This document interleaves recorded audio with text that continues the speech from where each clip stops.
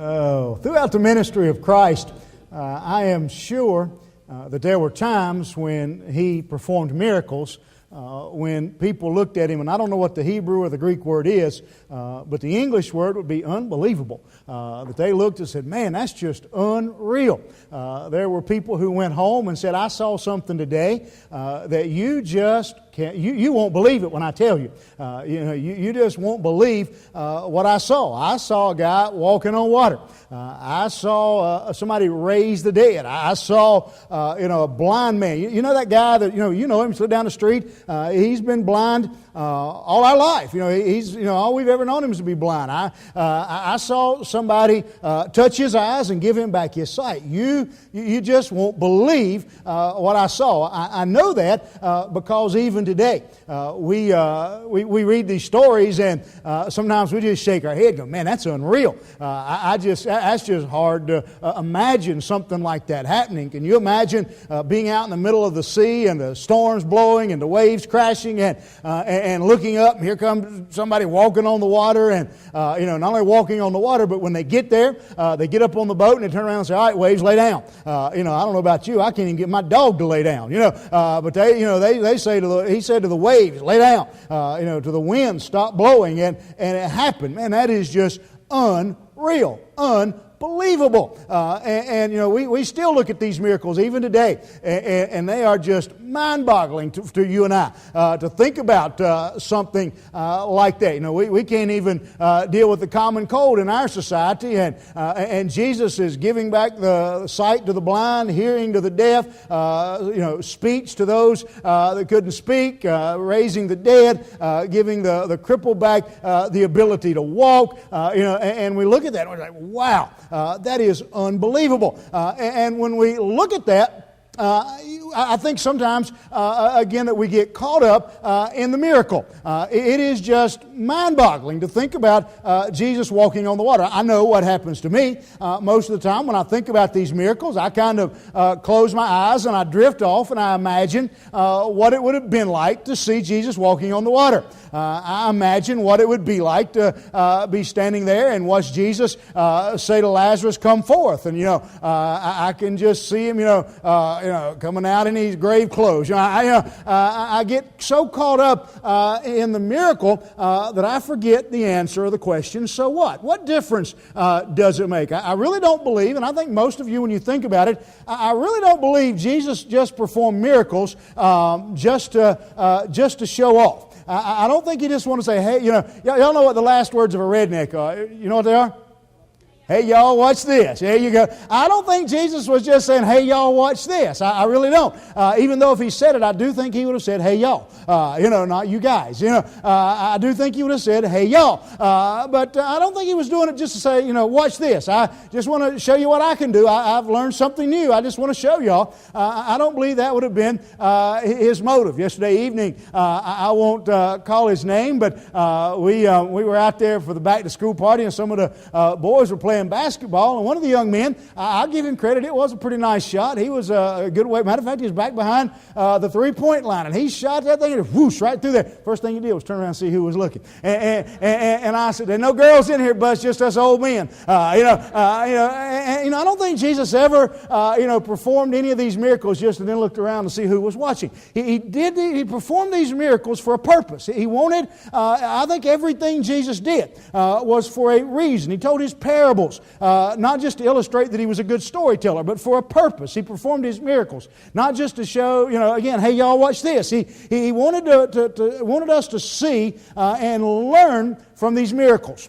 And so last week we started a series looking at the miracles of Christ. And today I want to move and look at another miracle. It's probably one of the miracles probably one of the most well-known miracles in the Bible. Of all the things that Jesus did, this is one where probably the most people know about this one. The most details are known about it. It's actually the only one of the miracles that is recorded in all four of the Gospels. That tells me there's something about this miracle that God wants us to see. When it's in Matthew, Mark, Luke, and John, and even the virgin birth is not included in all four Gospels. But this miracle, it's recorded in all four. And so I believe there's a reason there that God wants us to see and to understand, to learn from this miracle. And so often when we look at this miracle, we talk about this miracle, it's easy to focus on Christ. Obviously, when He's involved, He's generally the main character. Sometimes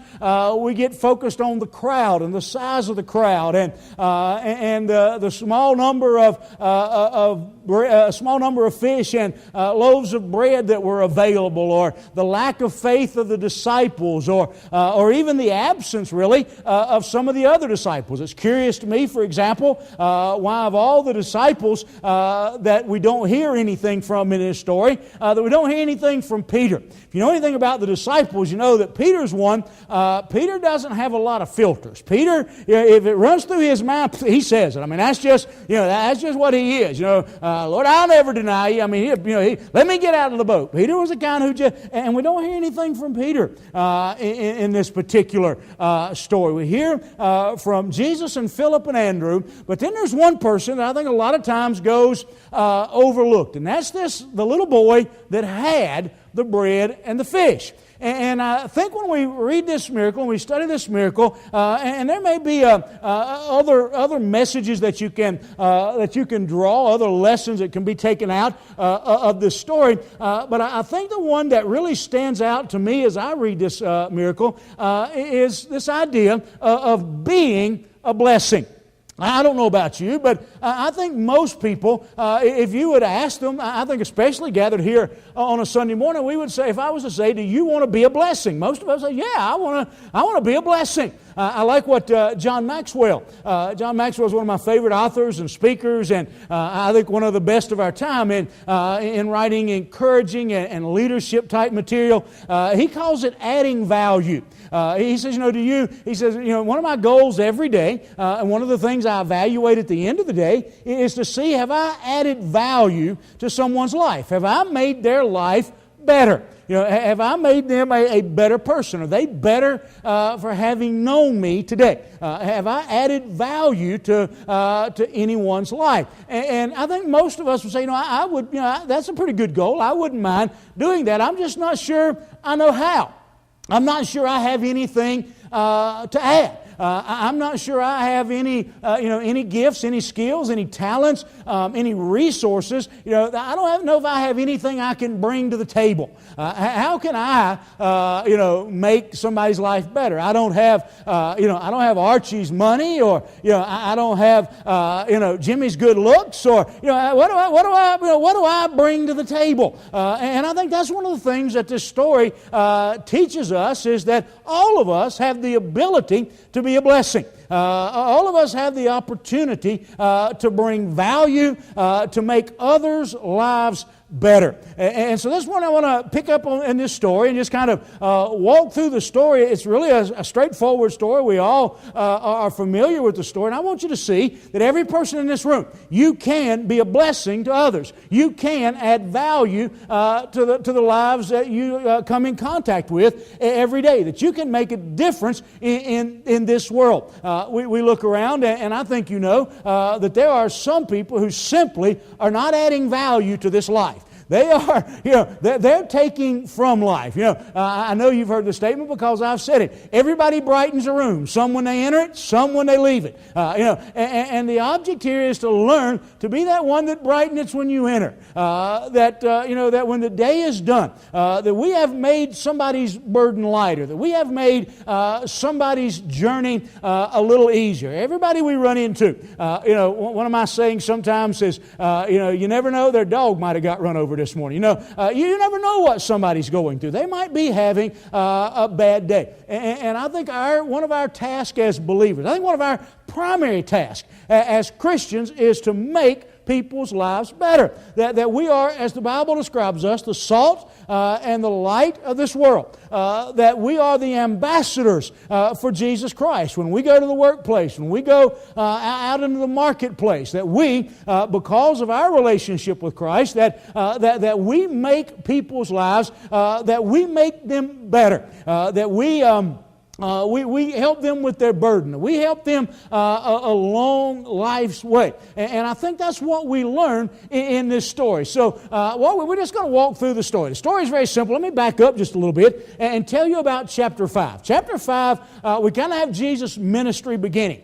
And he actually he heals an official's child, and because of the signs, the Bible tells us at the beginning of chapter 6, because of the signs, the miracles, the healings that he's been doing, he has a crowd that is beginning to follow him. And when I say crowd, I mean a crowd. The Bible records for us here that he has a crowd of 5,000. And matter of fact, if you look in your Bible, it probably says the feeding of the 5,000 above this section. But most scholars will agree and tell us that, ladies, I didn't make this rule, so don't throw anything. That as a general rule, you know this in that time, women didn't count. And not only did they not count, they didn't get counted. And children either. And so the idea is here that there were about 5,000 men, but there were probably at least about 4 times that in women and children. And so in all total, again, this was before the day and age of contraceptives. Families were large, and so with a wife and several children, that there was probably a minimum of 20 to 25,000 people gathered around Christ. And it's kind of interesting if you read the story. The Bible tells us here that Jesus and his disciples, they're going and they get up onto a mountainside. And you can only imagine that Jesus' plan, like at other times, is to gather his disciples around and say, all right, let's talk about what you saw today and what did we learn from today. And, and kind of, and they look up and here comes 25,000 people at them. Here comes 25,000 people over the hilltop. And as they're coming, Jesus looks at his watch and it says, it's almost 6 o'clock. It's supper time, and we got a problem here. What are we going to do about feeding these people? And so the Bible tells us he turns to Philip, turns to one of his disciples and says, what are we going to do? Now, you and I both know, you do know Jesus didn't really need to know what Philip thought of the situation, right? And so there's a lesson about to be taught. And so he turns to Philip and with a request. He says to Philip, he says, we got enough money to buy these people supper. He says, it looks like, food's on us tonight. And so do we have enough money? Well, the first thing I want you to understand about being a blessing is in this simple act right here. Jesus asked Philip, do we have enough money to buy bread to feed all of these people? In a few moments, they're going to go through the crowd, evidently, and eventually, you know the story, they come across the little boy with the basket of loaves and fishes. I want to share with you something this morning that it's really elementary, but it's the piece that I think most of us overlook in being a blessing to those around us. You actually have to get up and do something. You actually have to make an effort to bless other people. He turns to Philip and says, Philip, what are we going to do? And Philip says, I don't know. He says, I don't have enough money. I've counted up. I've took a little poll here. Nobody has enough money. We don't have enough money. But Jesus is saying to him, somebody has to do something. Let me make that real practical and real for you if I can. And I've done it. I've heard it. It is somewhere in most churches' bylaws, I think. We have this habit, tradition, I don't know, it may be even stronger than a tradition. I've done it. I still, on occasion, I've tried to get better about this, but I still, on occasion, I catch myself doing this. I'll pray something like this. Lord, bless Tommy. Now, I'm going to make something up here, I don't know. Lord, and this is obviously made up. Lord, bless Tommy. He's broke and he hadn't been eating good. Now, that's made up. Tommy's, but let me think about that a minute. What exactly does it mean when we pray, Lord, bless Tommy? What exactly does that mean? What does that mean? Furthermore, even more important, is instead of saying, Lord, bless Tommy, He ain't making much money and he hadn't had anything to eat. Wouldn't it make more sense for me to say, Tommy, come on, let's go get you a burger? Wouldn't that make more sense? Wouldn't that make way more sense? Lord, bless Tommy. You see them rags he's wearing. Wouldn't it make more sense for me to go buy him some clothes? Lord, bless Tommy. His shoes has got holes. They don't, do they? Not these? Okay. Yeah. Lord, bless Tommy. You know his shoes is wore out. He's got holes in the bottom of his shoes, and it's going to be cold before long. Wouldn't it make more sense for me to actually go get him a pair of shoes? I think one of the main lessons we learn out of this story is that Jesus didn't just, let's be honest. If these folks would have been good Baptists, they would have formed a Feed the Masses committee. They would have had a prayer meeting for these people. They would have had a business meeting about the matter. They would have voted on it. I make a motion, you don't get hungry. Something. There would have been all kinds of ways that good Baptists would have handled this situation. And I'm not saying that any of those things are necessarily wrong. Sure, pray that God would, I can't feed him but so long, so it's fine to pray for Tommy to get some food and some shoes and stuff. But if I've got the ability to help with that need at this moment, doesn't it make sense, instead of saying, God, go do this, that I actually take the initiative? And I think that's one of the main things we learn out of this story. Is that Jesus didn't say, hey, y'all ought not come out here without something to eat. You go down to the local office and sign up for some government aid. You get a job. Think of all the responses we give to people in need. We give all kinds of responses. We do everything we can think of. And listen, sometimes, you know what? I'm going to be honest with you. Sometimes, you know what people that's hungry need to do? They need to get a job. I'm not going to lie. That's what they need to do. But sometimes they've tried and they can't get a job. Sometimes they're hungry. Sometimes, they need to get a job. Sometimes they need to do this. Sometimes they need to make changes in their life. Sometimes they need to quit wasting money on junk and go buy some groceries. I know that. But many times, I believe God is looking to us and saying to us, listen, instead of asking, why, you know what the problem is. You have the ability to solve the problem. Solve the problem. Could Christ have fed them? Sure He could. He did. Christ had the ability to go home. And every one of them be back in their house with pantries full of food. Christ had the ability to say, you're not hungry anymore. And none of them would have been hungry. He could have done that.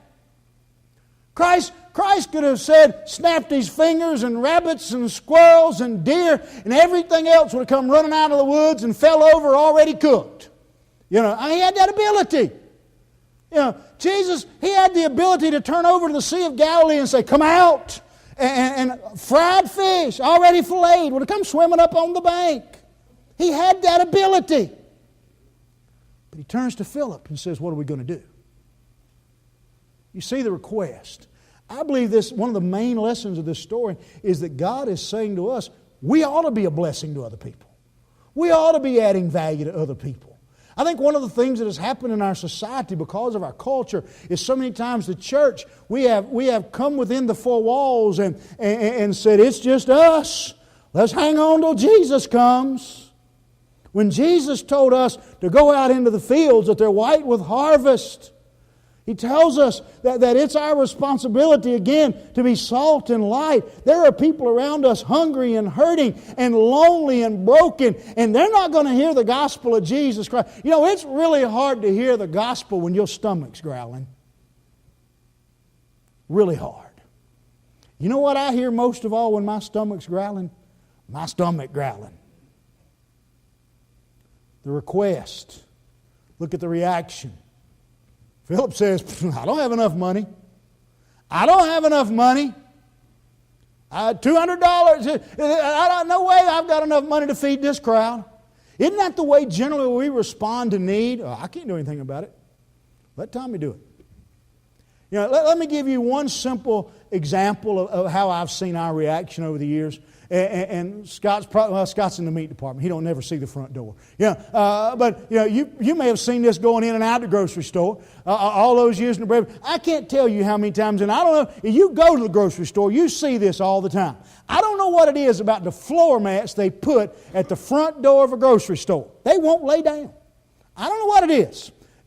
But you go in, and I can't tell you how many times I've been standing up front waiting to get checked in and see somebody come in and maybe even trip over that turned up mat, at least see it and step over it, turn around and look at it and keep walking. Not asking them to vacuum the mat or carry it out and shake the dirt. All they got to do is walk over and go and fix it. That's it. And most people will leave it laying there saying somebody ought to do something about that mat. That's basically the way Philip reacts. Yeah, I know they're hungry. I know there's a lot of them, but I can't do anything about it. I can't do anything about it. You see the reaction in the story? Not only do we see the reaction, you see the realization. Andrew kind of comes, and evidently Andrew's kind of seen and heard what's going on. And so while Jesus and Philip have been having this conversation, Andrew's been going around, you got any food? Got any food? Anybody got any food? Anybody got any food? Anybody got any money? Anybody got a friend owns a restaurant? Anybody got a trap set nearby? Anybody. And he comes up to one young man. And one young man says, well, yeah, I got my lunch. And he says, what you got? He says, 5 loaves and 2 fish. And I know what some of you are thinking, man, that's 5 loaves of bread, a 20-ounce loaf of bread, man, that'll make 10 sandwiches. That's 50 sandwiches. We cut them in fourths, and, we'll cut those fish up. And you need to understand what a loaf of bread was. It wasn't a 20-ounce loaf of bread. A better description for you and I would be basically 5 saltine crackers and 2 sardines. How many of you eat sardines? Got a couple that's got their heads right. What's that mean? Boy, you eat anything. 5 saltine crackers and 2 sardines. 25,000 people. I tell you what, I've been some places where they slice stuff thin. They're going to have new meaning to thin. They realize, this is all we've got. 5 crackers and 2 little fish. 5 little hush puppies. I don't even mean them big old round hush puppies rings like at the Mayflower, them great big long ones. I'm thinking about more like, you ever got shrimp or fish up at Mr. C's? Those little hush puppies, they're about the size of this little them little round ones. We're not talking about much food. This wasn't even a lot of food for the little boy. I mean, this was rations even for the little boy. And Philip says, or Andrew says, all I can find are 5 little crackers and 2 little fish. That's it. And the response. Notice what happens. Let me ask you a question. Has anybody here, some of you got grandkids now, or maybe your kids, have you ever taken your little child, your little angel, your little sweet darling to McDonald's or Burger King and got them a kid's meal? And maybe you wasn't hungry. And you sit down and you're just watching them eat. And you decide those fries look good. And you reach over and pull 1 fry out of the pack. Those are mine. Don't act like my children are the only ones. Okay, you with me? You with me? 1 fry. 1 fry. Hadn't been too long ago. We left church and out here at McDonald's. We pulled through there and got 10 little kids. Maybe it's been a little bit further back than I think it was. And as I got ready to hand her back the bag, I reached in. That's mine. I said, let me look at the debit card. I believe they're mine. Let me look again. I'm pretty sure they're mine. You hope that they end up being yours, but right now, they're mine. I got them up here with me and I got the receipt. They're mine. If you've ever been around children or grandchildren and you've ever tried to get a fry or for whatever crazy reason come over your mind, you decided to eat one of their chicken McNuggets. Amen. Y'all with me? I got my people. About like eating one of them flowers right there. You know, every now and then I think, well, I'm going to try one again. Maybe they've fixed them. They hadn't. You know, I think calling them chicken anything's really a stretch. You know, if you've ever tried to take a fry or a McNugget or something like that from a child, you understand that maybe the greatest miracle wasn't feeding 25,000 people. It was getting the kid to hand over his lunch. You know what I learned from this story?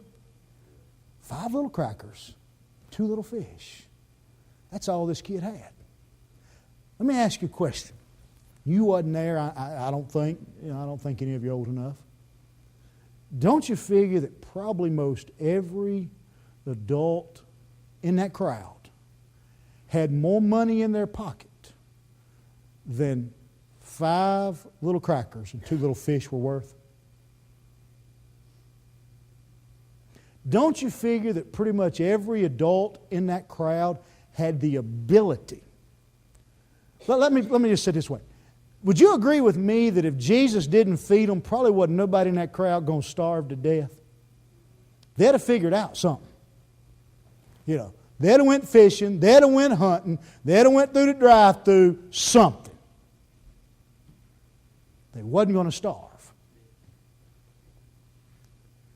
But this little boy, don't know his name. We don't know where he came from. We don't know where he went. This little boy hands over everything he's got and said, I'm willing to give what I've got. Can I tell you what it means to be a blessing? You may not have buckets of money like Archie Coble. You may not be able to go out and just give somebody, peel them off, Archie's like old Jed Clampett. He's got that roll of walking around money. You know what I'm talking about? You may not have the ability to go out and take everybody to Whataburger. You may not have the ability to go out and buy them a new house,